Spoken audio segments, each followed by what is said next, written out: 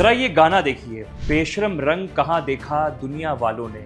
हाँ, आप सोच रहे होंगे कि मैं आपको नरोत्तम मिश्रा का टिकट कटने की कहानी बताने आया हूँ और शुरुआत पठान फिल्म के बेशरम रंग गाने से क्यों कर रहा हूँ। दरअसल ये गाना दिखाना जरूरी है क्योंकि ये वही गाना था जिस पर सबसे ज्यादा आपत्ति जताने वाले नेताओं में जो शुमार थे, उनका नाम था नरोत्तम मिश्रा। वो अक्सर फिल्मों, वेब सीरीज और कलाकारों पर बयान देते रहते। कई बार ऐसा लग रहा था कि सेंसर बोर्ड से पहले अगर किसी की मंजूरी चाहिए तो वो नरोत्तम मिश्रा की है। पठान हो या और कोई भी पिक्चर हो, कैमरे के सामने पहले बयान देने वालों में उनका ही नाम सामने आता था। लेकिन राजनीति बड़ी दिलचस्प चीज है। जो नेता कभी फिल्मों के सीन और गानों पर फैसला सुनाते थे, आज उनकी अपनी राजनीतिक स्क्रिप्ट बदल गई है। जिस नेता को कभी मध्य प्रदेश बीजेपी का सबसे ताकतवर चेहरा माना जाता था, जिसका नाम मुख्यमंत्री की दौड़ में चलता था, जिसकी गिनती अमित शाह के भरोसेमंद नेताओं में होती थी, आज उसी नरोत्तम मिश्रा का टिकट भाजपा ने काट दिया है। और सवाल सिर्फ टिकट काटने का ही नहीं, सवाल है आखिर ऐसा क्या बदला कि 6 बार का विधायक, पूर्व गृह मंत्री, बीजेपी का सबसे आक्रामक हिंदुत्ववादी चेहरा अचानक पार्टी की पहली पसंद क्यों नहीं रहा।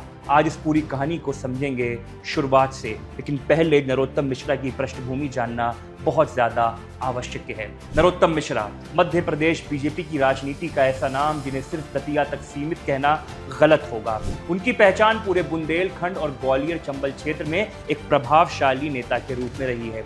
वे छात्र राजनीति से निकले और धीरे धीरे बीजेपी संगठन में अपनी जगह बनाते गए। उनकी सबसे बड़ी ताकत उनकी आक्रामक राजनीतिक शैली और संगठन पर मजबूत पकड़ मानी जाती रही है। नरोत्तम मिश्रा अब तक 6 बार विधायक रह चुके हैं। उन्होंने दतिया विधानसभा से 3 बार और डबरा विधानसभा से 3 बार चुनाव में जीत दर्ज करी है। डबरा की राजनीति खास इसलिए भी है क्योंकि ये क्षेत्र कभी ज्योतिरादित्य सिंधिया के प्रभाव वाला माना जाता था। सिंधिया परिवार का ग्वालियर चंबल में मजबूत राजनीतिक आधार रहा है, लेकिन नरोत्तम मिश्रा ने कई मौके पर इस इलाके में अपनी अलग राजनीतिक पहचान बनाई है।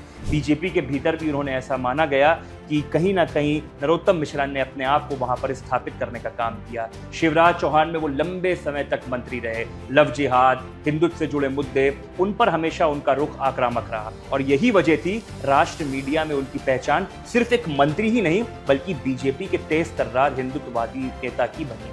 कई बार उनका नाम मुख्यमंत्री की चर्चा में भी आया। हालांकि पार्टी ने कभी सार्वजनिक रूप से ऐसा संकेत नहीं दिया, लेकिन संगठन के भीतर उनका कद इतना बड़ा जरूर माना जाता था कि उनकी अनदेखी आसान नहीं थी। अब सवाल है, दतिया उपचुनाव क्यों हो रहा है? असल वजह यह है कि कांग्रेस विधायक राजेंद्र भारती वहां से 3 बार विधायक रह चुके थे। 2023 के विधानसभा चुनाव में उन्होंने बीजेपी के इन्हीं दिग्गज नेता नरोत्तम मिश्रा को हराया था, लेकिन इस साल उनकी विधायकी खत्म हो गई। दरअसल दिल्ली की एक अदालत ने उन्हें पुराने बैंक धोखाधड़ी और जालसाजी से जुड़े मामले में 3 साल की सजा सुनाई।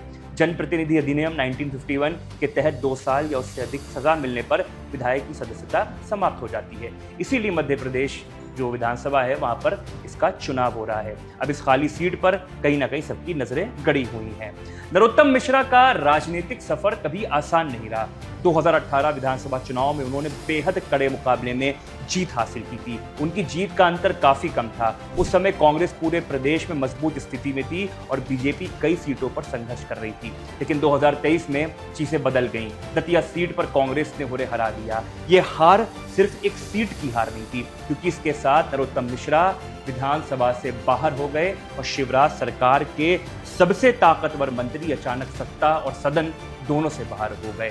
उस समय कहा गया कि उनको किसी न किसी माध्यम से सदन में भेजा जाएगा, लेकिन ऐसा नहीं हुआ। और जब दतिया में उपचुनाव आया तो सबको लगा बीजेपी नरोत्तम मिश्रा को फिर से मौका देगी, लेकिन पार्टी ने बिल्कुल उल्टा फैसला किया। आखिर टिकट क्यों कटा? यही इस पूरी कहानी का सबसे बड़ा प्रश्न है। बीजेपी ने नरोत्तम मिश्रा की जगह आशुतोष तिवारी को उम्मीदवार बना दिया। आधिकारिक तौर पर पार्टी ने कोई कारण नहीं बताया, लेकिन राजनीतिक गलियारों में कई तरह की चर्चाएं हैं। सबसे पहली चर्चा मौजूदा मुख्यमंत्री मोहन यादव से जुड़ी। मोहन यादव की कैबिनेट में पहले से ही कई बड़े और वरिष्ठ नेता मौजूद हैं। प्रहलाद पटेल, कैलाश विजयवर्गीय और नरेंद्र सिंह तोमर जैसे दिग्गज सरकार का हिस्सा हैं या शीर्ष जिम्मेदारियों पर हैं। नरेंद्र सिंह तोमर विधानसभा अध्यक्ष हैं, जबकि प्रहलाद पटेल और विजयवर्गीय मंत्री हैं। ऐसे में नरोत्तम मिश्रा चुनाव जीतकर विधानसभा पहुंच जाते तो उन्हें मंत्री बनाने का राजनीतिक दबाव स्वाभाविक रूप से बढ़ जाता, क्योंकि वे पहले भी गृह मंत्री रह चुके हैं। लेकिन कैबिनेट में पहले कई दिग्गज वहां मौजूद हैं। ऐसे में नए शक्ति संतुलन को बनाए रखना मुख्यमंत्री मोहन यादव के लिए आसान नहीं था। राजनीतिक विश्लेषकों का मानना है मोहन यादव और नरोत्तम मिश्रा दोनों शिवराज सरकार में साथ काम कर चुके हैं, इसलिए मोहन यादव उनकी राजनीतिक कद और कार्यशैली से अच्छी तरह परिचित हैं। नरोत्तम मिश्रा को हमेशा स्वतंत्र राजनीति व्यक्तित्व वाला नेता माना गया, जो अपनी बात खुलकर रखते हैं। ऐसे में दोबारा सरकार में शामिल करना नेतृत्व के लिए चुनौती बन सकता था। हालांकि बीजेपी ने इन अटकलों की कभी भी किसी भी प्रकार से कोई भी पुष्टि नहीं की। संगठन के भीतर भी आखिर विरोध क्यों? राजनीतिक गलियारों में एक और चर्चा लगातार चल रही है।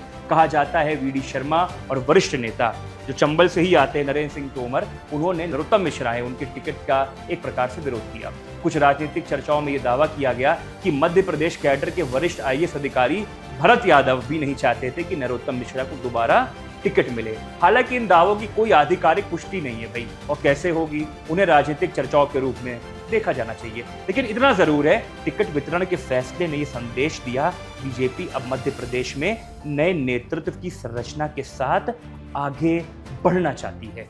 अब एक पिक्चर सामने और आ रही है। टिकट तो कट गया और टिकट कटते ही दतिया में बवाल शुरू हो गया। नरोत्तम मिश्रा का टिकट कटने के बाद दतिया में उनके समर्थकों का गुस्सा खुलकर सामने आया। कई जगह सड़क जाम किए गए, प्रदर्शन हुआ, बीजेपी नेतृत्व के खिलाफ नारेबाजी की गई। कुछ समर्थकों ने विरोध जताने के लिए कपड़े उतारकर नग्न प्रदर्शन भी किया, जिसकी तस्वीरें और वीडियो सोशल मीडिया पर तेजी से वायरल हुए। समर्थकों का कहना था 6 बार के विधायक और इतने वरिष्ठ नेता के साथ पार्टी ने न्याय नहीं किया। हालांकि बीजेपी नेतृत्व ने विरोध और प्रदर्शन पर ज्यादा प्रतिक्रिया नहीं दी और संगठन ने साफ संदेश दिया, जो पार्टी का उम्मीदवार होगा उसको ही आपको चुनाव लड़ाना होगा। पार्टी का काम करते रहेंगे, लगातार पार्टी में रहेंगे और आगे क्या सोचा है? बिल्कुल जरूर। अब मुकाबला किसके बीच हो गया है? उपचुनाव में कांग्रेस ने घनश्याम सिंह को उम्मीदवार बनाया है, जो ठाकुर लॉबी से आते हैं। वही बीजेपी ने नरोत्तम मिश्रा की जगह आशुतोष तिवारी पर दांव लगाया है। अब ये चुनाव सिर्फ कांग्रेस और बीजेपी के बीच नहीं रह गया है, ये चुनाव इस बात की भी परीक्षा तय करेगा कि दतिया की जनता बीजेपी के नए चेहरे को स्वीकार करती है, क्या फिर नरोत्तम मिश्रा की व्यक्तिगत राजनीतिक पकड़ आज भी उतनी मजबूत है जितनी कभी मानी जाती थी? अगर बीजेपी ये सीट जीतती है तो पार्टी का फैसला क्या सही साबित होगा? लेकिन अगर परिणाम उम्मीद के मुताबिक नहीं आया तो ये सवाल लंबे समय तक पूछा जाएगा कि बीजेपी ने अपने सबसे अनुभवी नेताओं में से एक को समय से पहले किनारे क्यों कर दिया गया था। राजनीति में कहा जाता है कोई नेता पार्टी से बड़ा नहीं होता, लेकिन ये भी सच है कुछ फैसले सिर्फ चुनाव तक नहीं रहते बल्कि आने वाले वर्षों तक राजनीति की दिशा तय करते हैं। दतिया का ये उपचुनाव शायद ऐसा चुनाव है क्योंकि यहाँ सिर्फ एक विधायक नहीं चुना जाएगा, बल्कि ये भी तय होगा कि मध्य प्रदेश में जो बीजेपी का भविष्य होगा वो किस करवट आगे बढ़ेगा। आपकी जो भी राय है कमेंट सेक्शन में हमको जरूर बनाइए और बताइए। आप देख रहे थे डायनामाइट न्यूज़। आपका बहुत बहुत धन्यवाद।